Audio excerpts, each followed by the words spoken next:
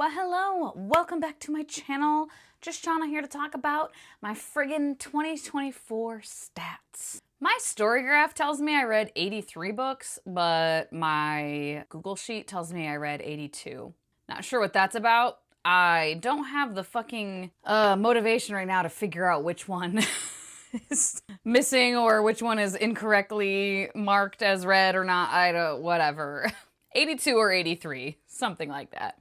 Which is about average for me. I typically read anywhere from like 65 to like 85. Number of books read and DNF'd each month. So the purple is read and then the orange is DNF'd. I feel like last year also had October being crazy. Let me double check. That is very interesting if so. Yeah, not as many in either category I don't think, but yeah, in October of last year, we can see I also had quite a few. I had 5 DNF, which was, I think, the most. Versus this year where I did read 11 in October, but I DNF'd 6. July DNF'd 4, November DNF'd 4, September DNF'd 4.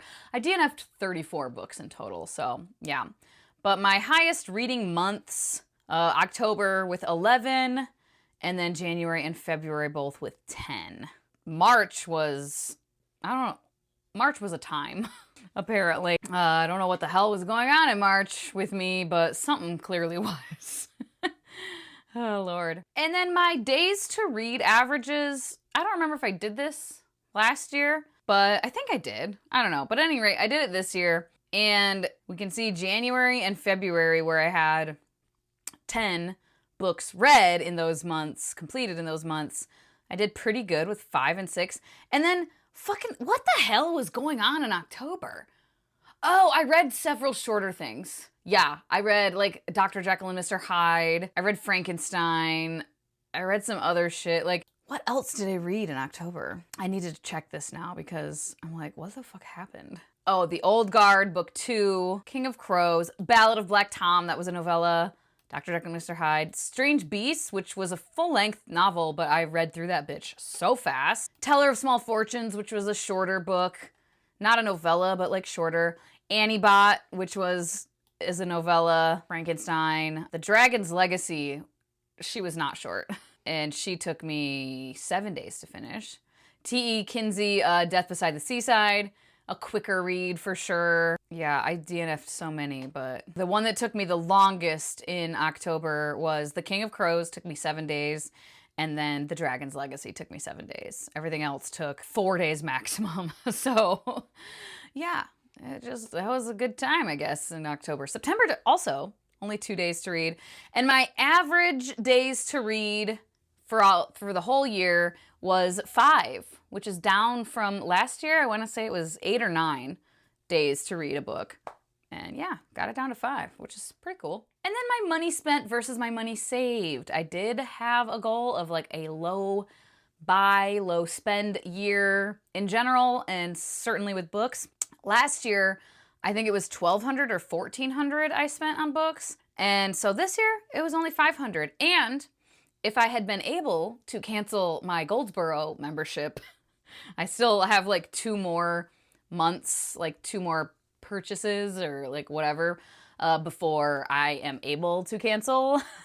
So if I had been able to cancel it, this would be even less because that's the bulk of the spend this year was the Goldsboro membership. You can only skip 3 months in a given like 12-month period. And my subscription technically starts, I think, in July or August. And so I had already used them up all last year, I think. So yeah, I had to wait, and like this year I did use 3 of them, but that was it, and then I couldn't cancel yet. So, but I saved $321 by using the library. So love that. I did use the library again a little bit more this year. In recent years, like I've always been a library user. I want to say like 2017 when I first joined BookTube through probably like 2020, well, up until 2020, I was using the library quite a bit more. And then I've been in recent years trying to focus more on like reading books that I own on my shelves. So that's kind of why I got away from the library a little bit. But doing the low spend and everything, I definitely started using it a little bit more again. And then books acquired versus unhauled. So, and this is physical books also. I'm not talking about digital audiobooks or ebooks. I do keep track of that, but just kind of for myself. And I lose track of it all the time because I forget random ass fucking ebooks I get and shit. But anyways, I acquired 45 new books this year there's actually a couple more that I haven't talked about yet. So technically I think there'd be like, what, 50? 49? How many do I have? 4 or 5. But we'll just go with what I tracked. So 45, and I unhauled 37.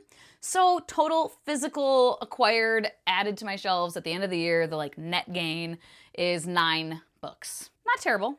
And then books that I hauled. I keep track of which ones I don't even touch at all, which ones I either had read before I bought them or read after I bought them in the same year, picked up and DNF'd, or decided to just unhaul, which happens more than I would like.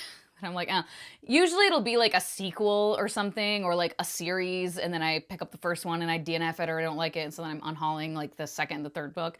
Shit like that, which I try not to do too much, but it does happen. As we can see, I read the majority of them, so I love that for me. Still a few untouched though, for sure. There were 20 that I read and 17 left untouched. And then getting into the stuff that I actually read, I do keep track of if they're diverse reads. I say this in recent years, I say this every year. I used to do the thing of keeping track of like every kind of representation in the book and from the author, like what I was aware of. I just got myself in enough of a habit where I am gravitating toward, and I'm like, my community around me and like what I see recommended to me and everything tends to be stuff that has some kind of diversity to it or from authors of diverse backgrounds. So we end up with 90% being yes. And I just kind of chalk it up to either the author has a very obvious or something I'm aware of, like marginalized identity, or within the book itself, there is some kind of marginalized identity from a main character or several of the side characters, something like that. So if it's like there's one main character and they might be a straight cis white man or something, but then there's like all their friends are queer and people of color or something, and we're somehow talking about that, I'll count that as having diversity in it. So most books that I pick up have something.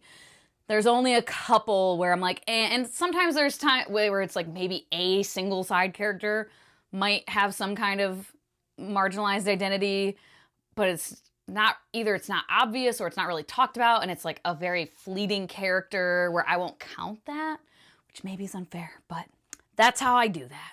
And then releases, if it's new release, so I keep track of, yes, new release within the year, or released just within the last year, like in 2023 in this case, and then before 2000, and then anything in between. So the no is pretty much anything that is between 2000 and 2023. A lot of backlist stuff this year, but a fair amount of new releases also. And then the age range, unsurprising, mostly adult at this point. Over here, we have a 2.7% new adult and 1.8% middle grade is those other two little tiny ones. But yeah, large majority adult. There's nothing wrong with young adult. There's nothing wrong with being my age or older and still enjoying young adult. I'm just the type of reader where it's often just not to my liking. A lot of times I find the dialogue just bugs me. And a lot of times I just get annoyed with fucking teenagers in real life. And that's one thing where when I thought I wanted kids, before, when I previously wanted children, even then, imagining having a teenager and like hearing like little cousins of mine, or like hearing groups of 13-year-olds talking to each other, boys or girls, mixed groups of kids, like whatever their identities are, like just, they're so annoying to me. I'm just like, I can't imagine being a mother and being in the car, carting my kids around and listening to these fucking conversations. Like, they're being kids, they're fine. I'm not saying they're dumb and bad and wrong or anything, but like, it just personally irritates me to my core. So that's why I tend to not really vibe with young adult usually. Not for any qualms with the quality of the stories or anything like that. This is not the place for that. And then the genres, also very unsurprising that it is primarily fantasy. It's always kind of weird too because like the romance category, most of those are fantasy romance. There's a couple of contemporaries this year, but most of those are fantasy romance, but they are more in the romance camp. So that's why I categorize those as romance specifically. This year I only had 3.6% historical fiction. I also did not read City of Girls this year. This is the first year since I read the book in 2017 or 2018 that I haven't read that book. And I didn't mean to not read it. I just like kept putting it off. It's one that's like always in the back of my mind, like I want to reread that. And I just kept putting it off. And then before I knew it, the year was over. But yeah, like the stuff that's other than fantasy is a nice blend this year, I would say. I had a little thriller action in there, a little bit of poetry, a little bit of contemporary, and then the other ones. The series situation, I did do a whole video talking about this, more in depth, I guess, but I completed 7. I caught up with 9 series. I am now in the middle of 28 series, and I DNF'd 11, which actually that might be more. No, that's correct. Yeah, I DNF'd 11 series. And the series that I decided to DNF this year, the Hunters series by David Ragg, Song of Blood and Stone by El Penelope, I DNF'd that first book, so definitely DNFing the series. Never Die by Rob J. Hayes, The Stardust Thief by Chelsea Abdullah, Fireborn by Rosaria Munda, fucking Crescent City by Sarah J. Maas, Rhapsody by Elizabeth Hayden, Cloud of Sparrows, DNF'd the first one, The Dragon's Legacy, DNF'd the second book, the fucking, what is it, Slave to Sensation? Yeah, I don't remember the name of the series, but by Nalini Singh, and the same with A Hunger Like No Other by Cressley Cole. These are the series that I completed this year. Duology, Accident of Stars by Faz Meadows, Trilogy, Rise and the Fall by Michael J. Sullivan, Trilogy, The Final Strife, the Ending Fire Trilogy, right here and here, by Sada El Arifi, Middle West, graphic novel series, The Diviners by Libba Bray, I finally finished the 4th book, The Jasmine Throne by Tasha Suri, that trilogy, finished that when that 3rd book came out, and then the First Law trilogy I started and completed within like 2.5 weeks, I think, 2 to 3 weeks, I think, is how long it took me. Not gonna go through all of these, but here's the visual of all the series that I am currently in the middle of. The format of the books that I read, primarily physical, as per usual. I did have, I think that's more ebooks than previously. Let me see, 36% versus, not too far off, I guess. Last year I had 31%, so not super different. And then my owned unreads. I, at the beginning of the year, had a total of 138 books on my shelves that I have not read. 97 remain untouched at the end of the year, but I picked up, either read, decided to DNF, or decided just to unhaul without even trying to read them, 41, and my goal was 40, so yay, love that. But yeah, 58% of them were read, 19.5% were unhauled, and 22% were DNF. Oh, this I just show my rating system. It's mostly vibes, for sure. So getting into the ratings, I do use Storygraph. Love Storygraph. By the way, you should use it. It's great. Get away from Goodreads. But I use the quarter stars, so we have this kind of messy version here of the pie chart. You can see all the things. And then what I do is I kind of clean it up and put it in these groups. So below 3, I only had 10.4% that were below 3, which is great. And then the 3 to 3.5, 32%, 32.5%. And then the 3.75 to 4.25, 33.8. And 4.5 to 5, 23.4. My average rating for the year was 3.8. What did this look like last year? I always like to compare.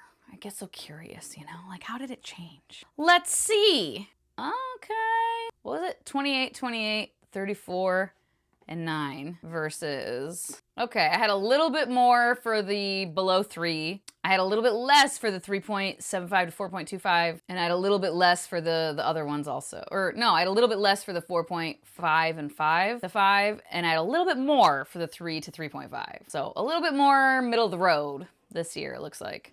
Not crazy amounts though. Yeah, there we go. There's my general stats. Hope this was fun for all of you stats nerds. I don't think I missed anything. That's all the shit I track. I do use a very detailed little reading tracker sheet that Allie from Hardback Hoarder made in previous years. I don't know if she is doing it again or whatever, but I'll try to remember to link to her video where she like has that and everything, because I took that and I did change a few things for mine, but that's like the template I use for my reading tracker.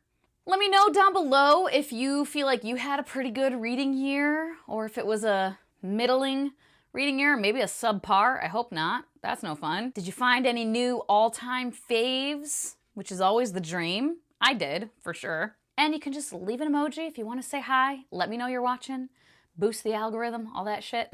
As always, thank you so much for your time. Hope you all have a wonderful day, and I will talk to you later. Bye-bye.